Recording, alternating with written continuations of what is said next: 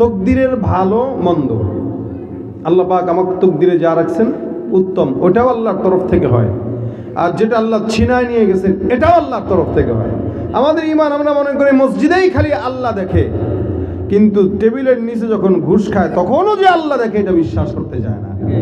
এ কারণেই গুনাহ করে, অন্যায় করে, বিচার করে, ঘুষ খায়, সুদের কারবারি করে। কেন? ও তার গুনাহের মজমায় আল্লাহ আছে এটা বিশ্বাস করে না। মসজিদ আর মাদ্রাসা আল্লাহ আছে এটা বিশ্বাস করে, এটা বিশ্বাস করে। অথচ আল্লাহ সব জায়গায় আছে, এটাই তো বিশ্বাস।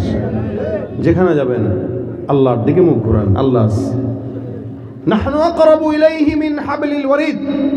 আল্লাহ পাক বলেন তোর কত নিকটে, তোর রব যতটুকু নিকটে আমি আল্লাহ তার চাইতে বেশি নিকটে, তার চাইতেও বেশি নিকটে। এত নিকটে আল্লাহ, এত নিকটে আল্লাহ, কিন্তু সে মসজিদে গেলে আল্লাহকে মানে বিশ্বাস করে, এর বাইরে আর করে না।